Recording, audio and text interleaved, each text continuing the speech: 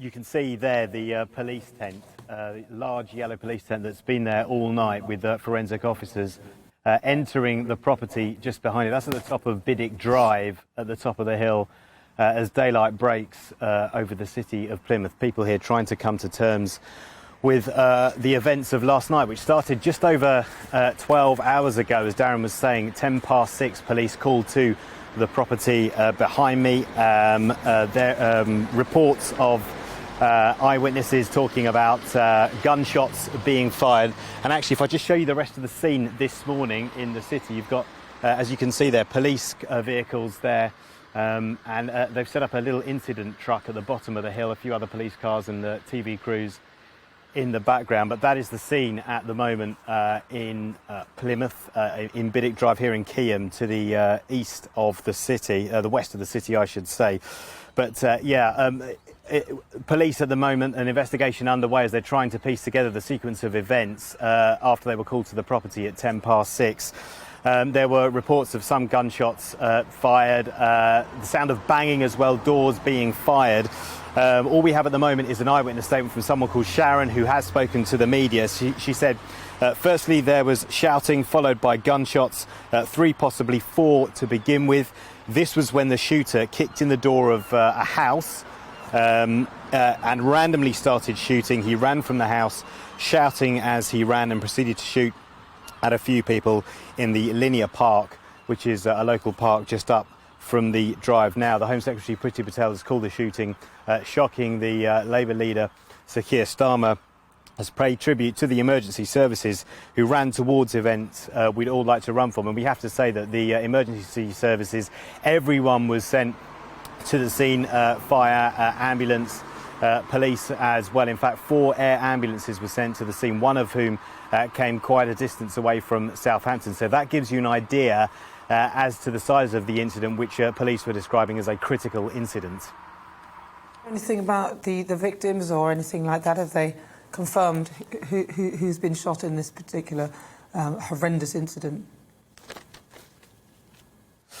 No, we don't know the names of any of the victims. We're expecting Devon and Cornwall Police to give more information at some point later this morning. We do know that, as you say, 2 females and 2 males were found dead at the scene. One female was taken to hospital, suffering from gunshot wounds. She later died in hospital.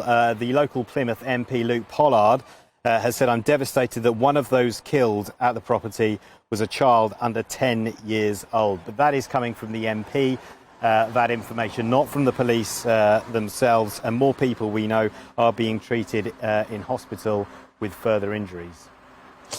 And Paul, this is obviously a major incident. It has been one. The Home Secretary, Priti Patel, tweeting last night that she and her thoughts had been with those that have been affected, and it was a shocking incident.